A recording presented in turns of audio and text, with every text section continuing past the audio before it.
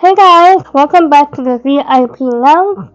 Today I want to share with you guys some of the health issues that people with craniofacial conditions experience.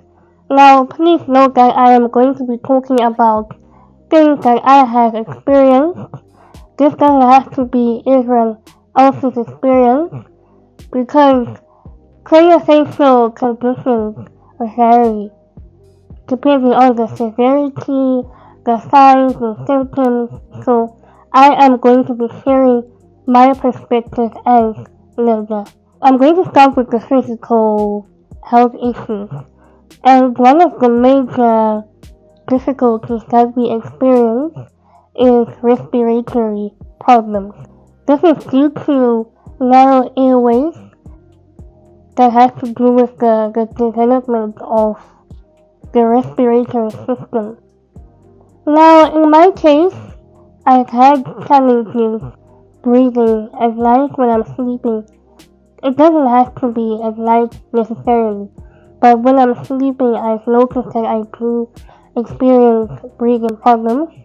It has definitely gotten better as a result of a surgical procedure.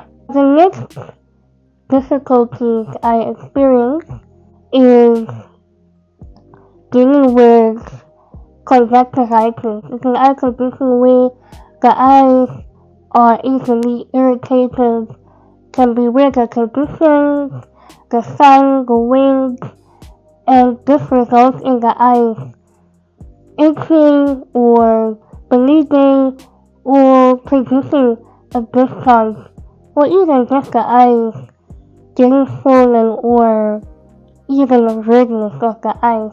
The next challenge is feeding problems.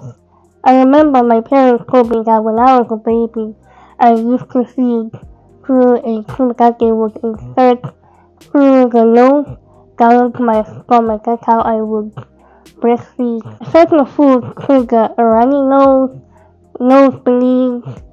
The next thing is also misaligned teeth.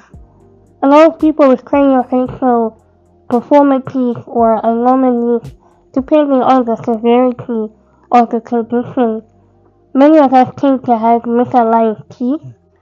No one knows that my right set of teeth, the top ones and the bottom ones, they don't touch.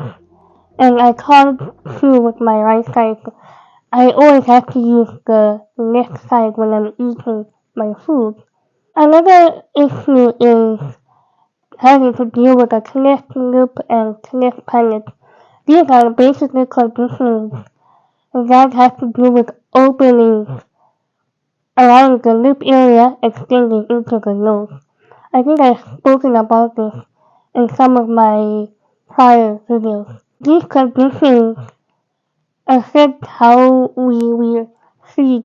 Let me move on to the psychological or emotional challenges. The biggest one has to be low self-esteem and confidence due to the physical appearance. A lot of people don't understand this kind of condition. People come with their misconceptions and it messes with our confidence. We start to think a lot of things like, am I beautiful? Am I pretty? You just feel so self-conscious and unworthy of being around people because you're just thinking, I'm sitting in a room of people that are pretty or beautiful because they have a nice shape of face, they've got a properly developed face, so it does affect our self-esteem and confidence. We do experience a lot of insecurities. And then we also experience social anxiety. Whew, I think my friends know this. I struggle a lot when it comes to making friends, socializing, just being able to walk up to people and talk to people, or even just greet the next person sitting next to me. I tend to struggle and think hard, how am I supposed to talk to this person? What do I even say? And even if I say hi, are they going to say hi back? Or are they just gonna look at me or ignore me. Those things happen a lot. Depression and the social isolation.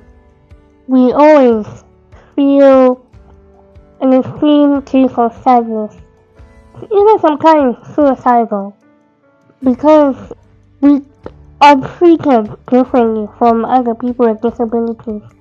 The world is now used to people that are visually impaired or the deaf community or even wheelchair users, but it's hard to come across people with craniofacial conditions on a regular basis.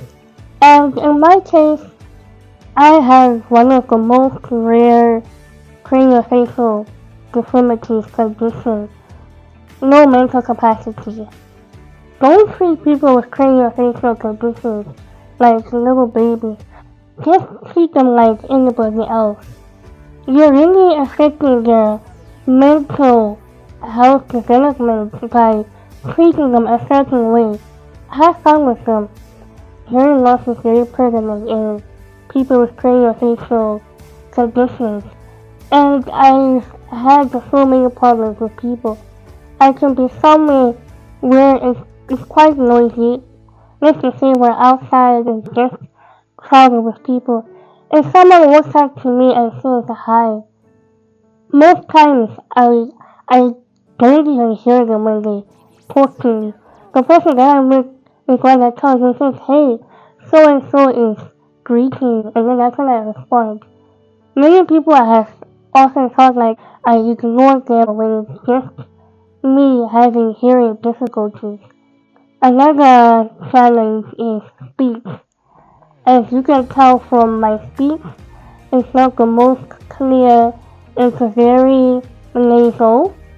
Speech problems are usually best to deal with when a child is growing up. Ensure that you take them for speech therapy. Another thing that I have noticed that has helped me a lot is training myself to speak a little bit slower. I have my moments where I speak a little too fast, but I see that helps a lot.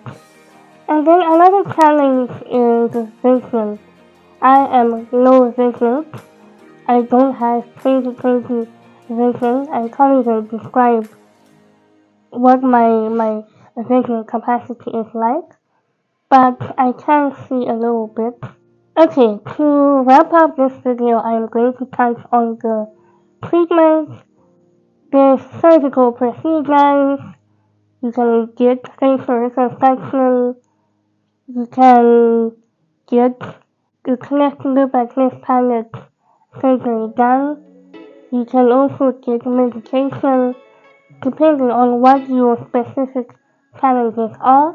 I use a saline solution to clean out my nose. I use eye ointment to prevent dryness and itching. The speech therapy that I talked about, I will try my best to link down below places where you can get treatment. I know St. Giles does help with that.